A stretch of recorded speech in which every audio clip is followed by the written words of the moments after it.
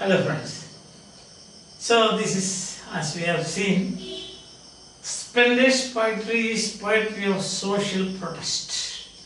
So today we will begin this poem. First we will read, then we will go through the difficult words. After that we will see the main points. Then we will have a close reading of this poem. So let's begin. Get ready? Open your books. Here we go. Far, far from gusty waves, these children's faces, like rootless weeds, the hair torn round their pallor, the tall girl with the weighed down head, the paper-seeming boy with rat's eyes, the standard unlucky hair of twisted bones, reciting a father's gnarled disease, his lesson from his desk. At the back of the dim class, one unnoted, sweet and young. His eyes live in a dream of squirrel's game in 3 rooms other than this.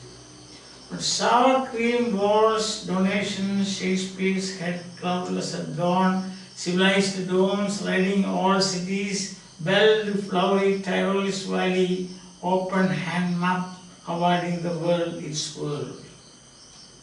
And yet, for these children, these windows, not this map, their world, where as their futures painted with a fog, narrow streets sealed in with a lead sky, far, far from rivers, capes and stars of words. So you get a very dim and pale and you can say dark picture of a classroom in a slum school, elementary school, a slum classroom, you can say. So what do you find there? Before we enter into the line by line of this poem, first we will show as our method is, we are following the communicative method of teaching. So we will go through difficult words and then points and then come back to this. Okay? So here we have got gusty waves, gusty, full of life. The waves in the sea, you must have seen standing on the seashore, how they are coming. They are marching towards, isn't it? Like very vigorously they are coming. So gusty. So here it is far, far from gusty waves, means terribly weak. Gusty waves. Then full of life, that's the meaning, high spirits. Second is pallor. Pallor means pale. Pale. You can see students from ICSE schools coming out, their faces are like gusty waves because most of them are very rich. They are well nourished, they are well looked after. So their faces are like gusty waves. Pallor. Pallor means pale, pallor. You will find the pallor spread on the faces of slum children. You remember Mukesh? You remember Saab? Pallor means paleness spread. And now next third word is stunted growth. Stunted growth means prevented from growing. Poverty, the poverty causes stunted growth of children, or the growth of children is stunted because of poverty, means prevented from growing up, stunted. And now the next one is, fourth word is weighed down. Weighed down means heavy head. It can be because of headache, it can be because of life's problems. I have always seen beggars sitting with their weighed heads. Weighed down, their head weighed down. Beggars sitting with their head weighed down. An old man I saw sitting, head weighed down because he had been abandoned by his children. Then fifth, Tyrol's Valley. It's a beautiful valley in Australia, Tyrol's Valley. If you have time and money, you must visit Tyrol's Valley because that is one of the famous tourist spots in Australia. Now we have comes Pitu Valley, etc. And then you have got gnarl disease. Gnarl disease means a disease that causes twisting of your body. Twisting. You have seen twisted roots of trees now. So your body is twisted. That is because of a gnarl disease.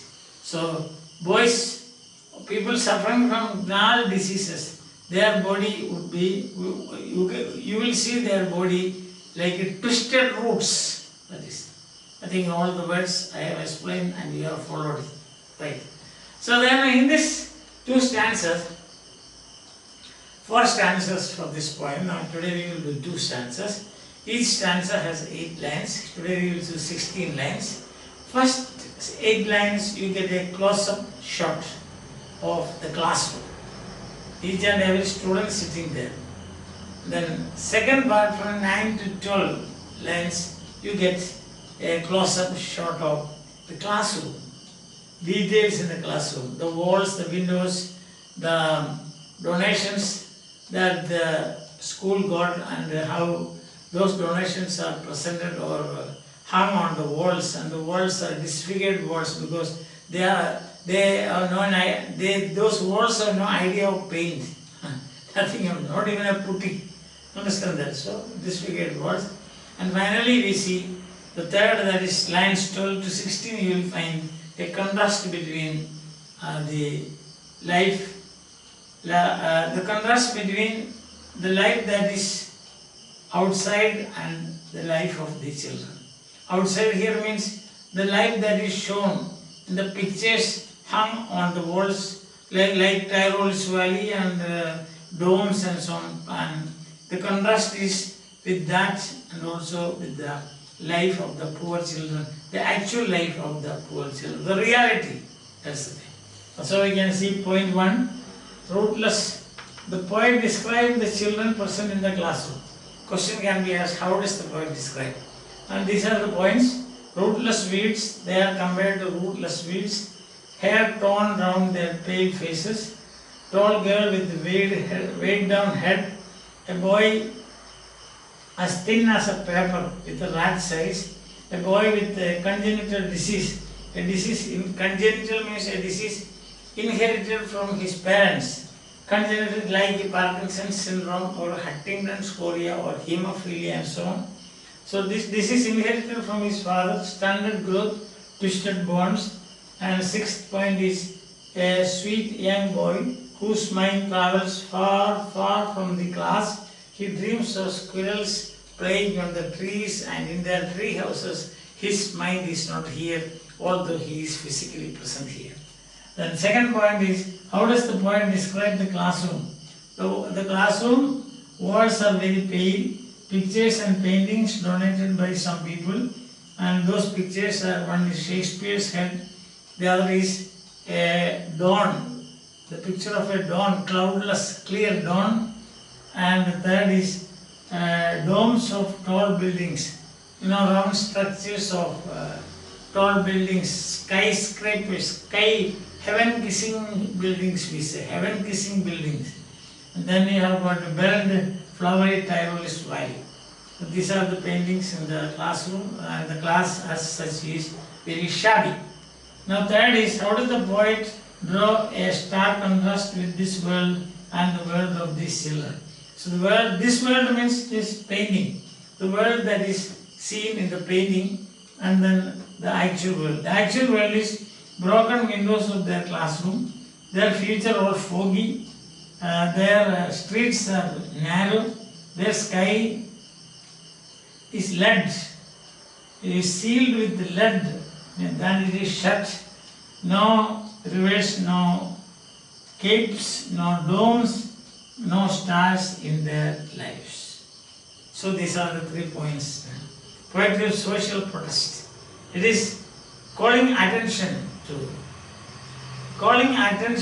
of all those people who are responsible for a situation like this, for the people, the children of the slums. Like Mukesh in Lost Spring, you remember on the bangle maker's colony, and then also you found Sahab Alam, the rag picker who wanted to attend a class but go to school, but he is unable to. Here they get they can go to school, but the school is so shabby and they don't help the students in any way to come up in life. Okay, let's begin. Far, far from gusty waves these children's faces. So these children means children of the slum, children of poor people who live in a slum. So far, far from gusty waves. That means nowhere near gusty. Then that again means very, very pale, suffering from anemia, malnutrition, like rootless weeds. They are like weeds, that is plucked from the field and thrown away. That means nobody to care. That is, we can say like rootless weeds. There is a simile.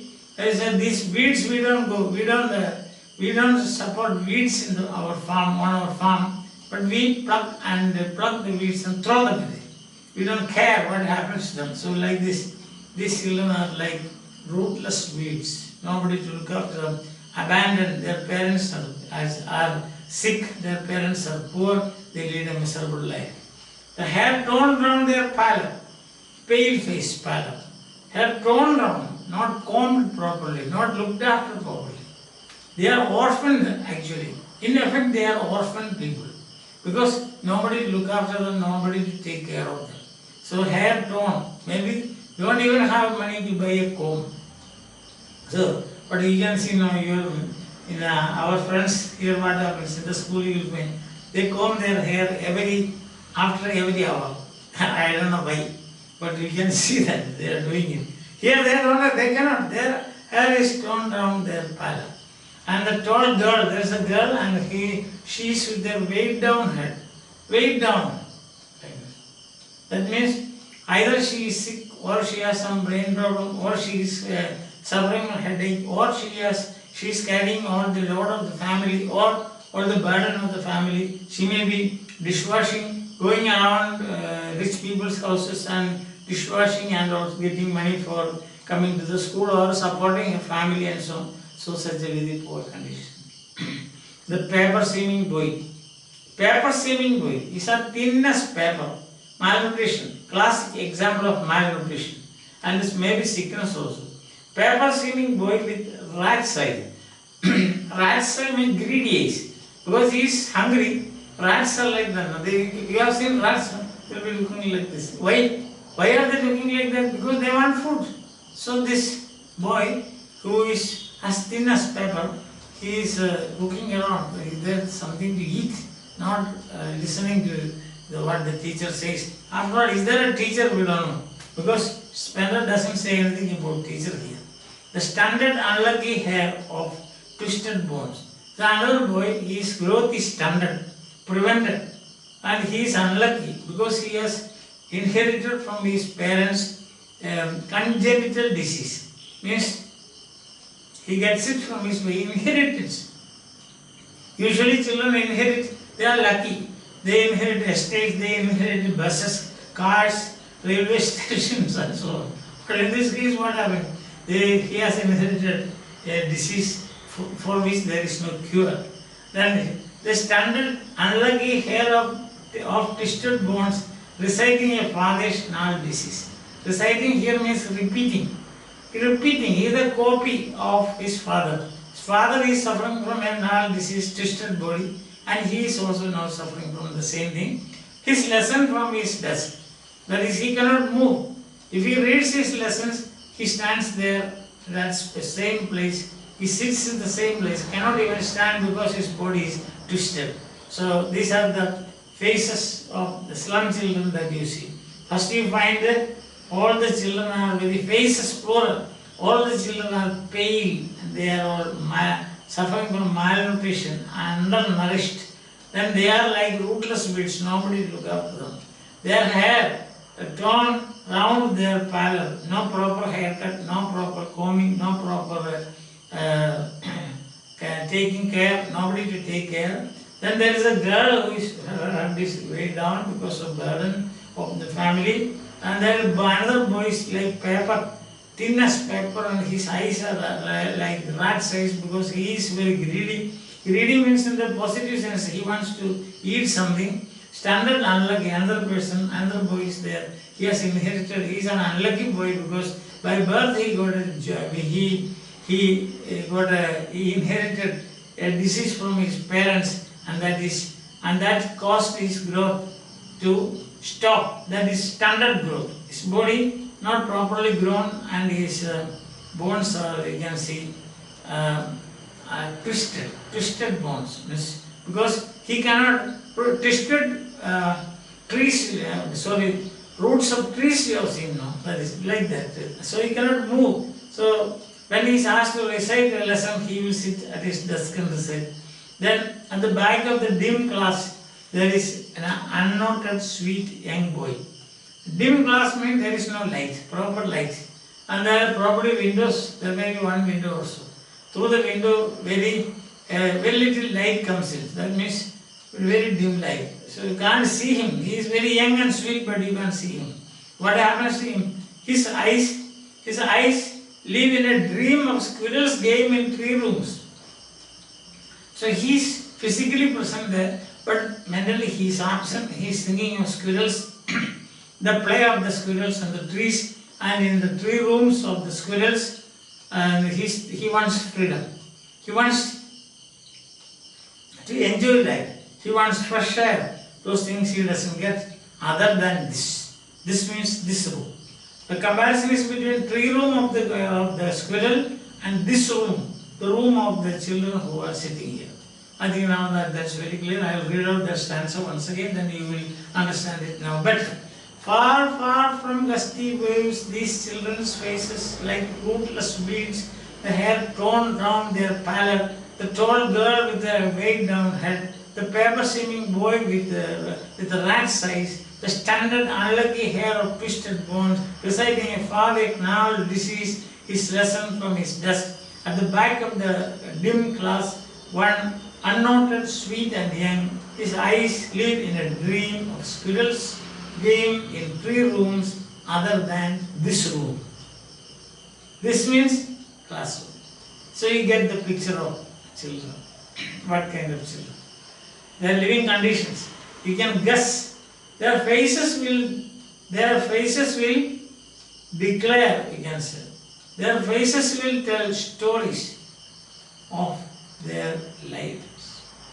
That the type of life they are living. Understand? You can read from their faces what kind of a life, what kind of families they are coming from. Parents, what their parents might be doing. They are economically challenged, they are also physically challenged. That's the thing. Then continuing, second one. This what I said, this is a kind of a call by the poets. So look here, see this and do something. That's what the poet wants to tell us. Then the second point is the classroom. On sour cream walls, donations. Walls are sour cream. Sour is the opposite taste of sweet, we can say, isn't it? Sour. And then, but in this case, what happens is the walls are sour cream, means very pale, dim. Nobody has painted it for years. Maybe when the school started, they might have touched here and there some paints, brush. After that, the walls have never seen a brush or a painter. So sour, disfigured walls. There are donations. Donations are hung on the wall. What are they? Shakespeare's help. All the donations made by these people totally irrelevant to these children. Shakespeare said, what can they do? Shakespeare said, cloudless at dawn. At dawn, cloudless. But here, the life of these people, they are cloudy. Overcast with the clouds. But the painting is cloudless dawn. What of that? Civilized dome riding all cities. Dome, civilized buildings. In cities, there are civilizations. As a result of that, you can see they have built skyscrapers or heaven-kissing buildings. On top of that, there are domes, beautiful domes. Such pictures are here, but what of that?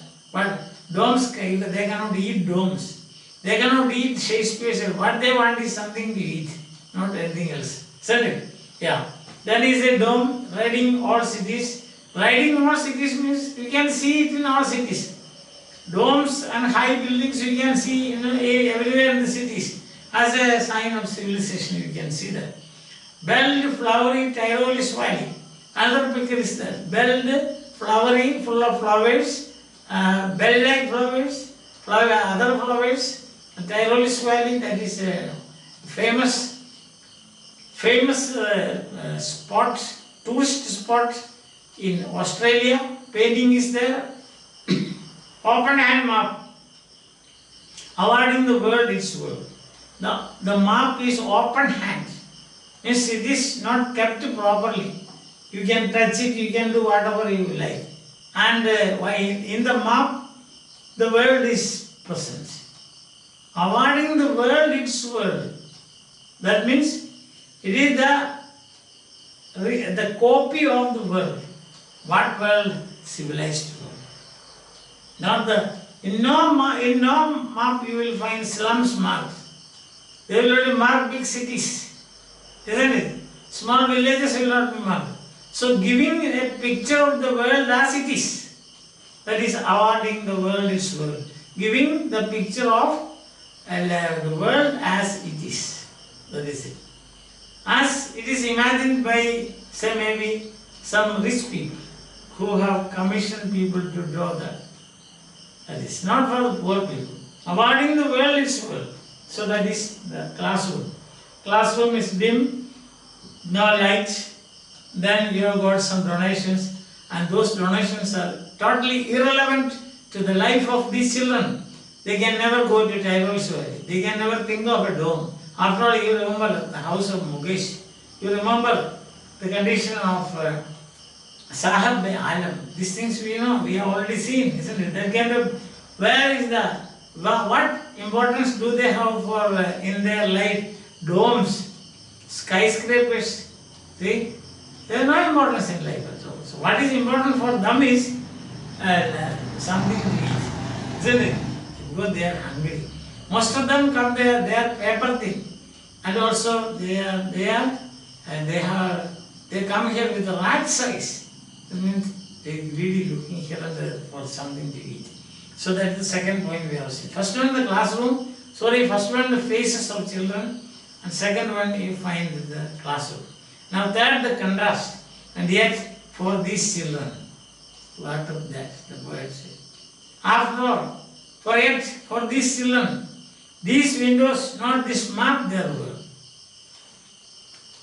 These shabby windows, never painted, almost falling down, what do we say, no? Dilapidated. See? So, it is on the way to one strong wind, some days the window will fall on these people. Such kind of windows. For these children we have seen, stanza 1. For these children, these windows,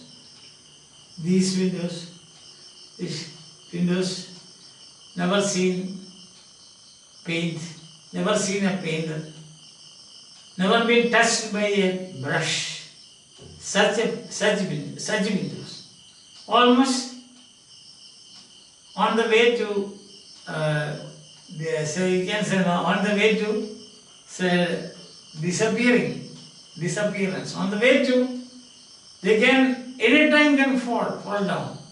That way it is. Many baby now window paints, isn't it? Yes.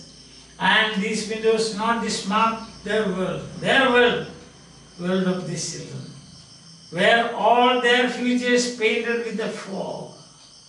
So none of them can think of a bright future, only foggy. Their future is foggy. Foggy, on winter morning you get up and see, look outside, you will find everywhere this fog. Isn't it? Yes? Yeah. Then what happens? There smoke and fog too, there is smog. This is foggy, and also you will find this because of smog. See that? Then these children with the fog. That means there's no future, the dim. The future is dim. How can you expect anybody to come up in life from these circumstances? Unless otherwise you have to be a superhuman being. Isn't it? Like Hercules. No, normal human beings cannot. Their growth is standard, they inherit diseases, their faces are pale, they suffer from malnutrition, they are thin like paper, they want to eat something and then they are getting this kind of things. So what of that? So painted with the fog, their future, a narrow street. In actual life, what they come across is narrow streets leading to their slums. Not Broadway, not 70 feet roads, not buildings with the domes, none of these things. They are familiar only with the huts. Part of it is built and part of it is open to the elements. Elements means to the sky, to weather and all this. Sun, moon, rain, fog, seasons, open air, staying air. So part of it is open air. Where all these features painted with the fog, means they have no future, they cannot think of it, they cannot dream of their future because of the circumstances. A narrow street leading to their slum, sealed with the lead sky. Lead means if you keep lead in front of you, you cannot see anything after that. Like that. Their sky is lead. Cannot see anything beyond. No imagination is possible. Far, far from rivers. They have never seen a river. Capes. Like Cape Comorin. Never seen a cape. Because they have never been taken out of their slums for a study tour or an excursion. None of those things. So no rivers, no caves, and stars of words. Stars, that means stars are dreams. Star. Star stands for something that is bright, that leads you. So you know the Stella Maris. Stella means star. Star of the sea. Stella Maris. You can see the Magi, the three wise men who came from east to see the infant Jesus, they were led by a star. So the importance of star.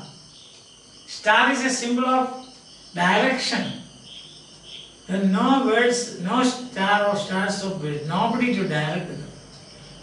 Nobody to direct them, nobody to look after, nobody to no mender. Such a situation. How can you expect somebody to come up in life? That's why their sky is sealed with lead. All darkness, nothing can be seen. No stars of words, no directions to be given. They have never seen rivers, they have never seen caves. They have only seen narrow streets. Narrow streets leading to their slums. So, such is the actual world of these children. Such is the actual world of these rootless weeds. Such is the actual world of these children who are pale, far, far from gusty waves. Such is the world of such paper-thin boys. Such is the world of such boys with rat's eyes. Such is the world of girls whose heads you will find weighed down always. Such is the world of unlucky children who inherit their parents' disease for no fault of theirs. twisted bones, stunted growth. Their world is like this. There may be a sweet and young boy. He cannot sit there. The atmosphere is so horrible that he wants to be playing with the squirrels, like free from this class, this atmosphere, and to be free like squirrels playing on the trees and their tree houses. That is what done. So the poet is, it is an appeal, it is a call. Understand? It's a call. For whom? For those leaders, inspectors. At the end of the poem you will see that. He's calling upon those people, do something. Otherwise, it will be injustice of the first order. So 2 stanzas we have done. I will read the second stanza and then we will say bye for the moment. On sour cream wars, donations, Shakespeare's head, cloudless at dawn, civilized dome, riding all cities, belled flowery Tyrole's valley, open hand map, awarding the world its world. So that is the classroom, and then the contrast. And yet for these children, these windows, not this map, their world, where all their futures painted with the fog and arrow streets sealed in with the lead sky, far, far from riverscapes and stars of words. We will continue. Bye. Till we meet again. Bye. Have a nice day.